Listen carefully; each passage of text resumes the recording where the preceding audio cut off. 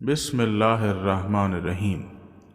एक बूढ़ी औरत मस्जिद के सामने भीख मांगती थी। एक शख्स ने इससे पूछा कि क्या आपका कोई बेटा कमाने के काबिल नहीं है? तो इस बूढ़ी औरत ने कहा कि है।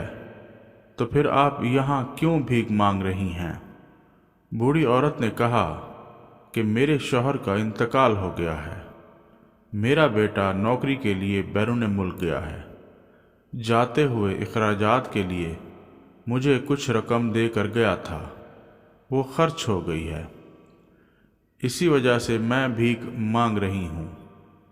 इस शख्स ने पूछा, क्या आपका बेटा आपको कुछ नहीं भेजता? बूढ़ी औरत ने कहा, मेरा बेटा हर माह रंगारंग कागज़ भेजता है, जिसे मैं घर में दीवार पर चिपका कर रखती हूँ। वो शख्स इसके घर गया और देखा कि दीवार पर बैंक के 60 ड्राफ्ट चस्पा कर दिए गए हैं। हर ड्राफ्ट 50,000 रुपये का था।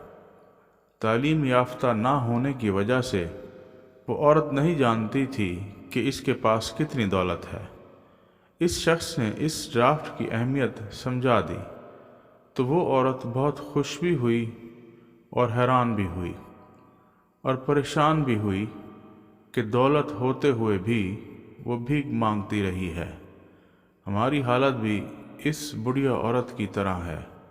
हमारे पास कुरान है और हम इसे अपने मुंह से चूमते और माथे पर लगाकर अपने घर में रखते हैं, लेकिन हम इसका फ़ायदा सिर्फ़ इस सूरत में उठा सकेंगे जब हम इसे पढ़ेंगे, इसके मानी और तफसीर समझेंगे और इसको अपनी अमली ज़िंदगी में ले आएंगे।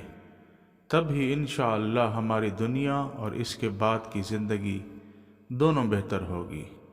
बहुत बड़ा ख़जाना हमारे पास मौजूद है, लेकिन हमारी जहालत की वजह से इसमें छुपे इनामात से आज हम सब महरूम हैं। अल्लाह पाक हम सबको कुरान पाक की अज़मत को समझने की तौफ़ीक अता फ़रमाए। आमीन या रब्बुल आलमीन।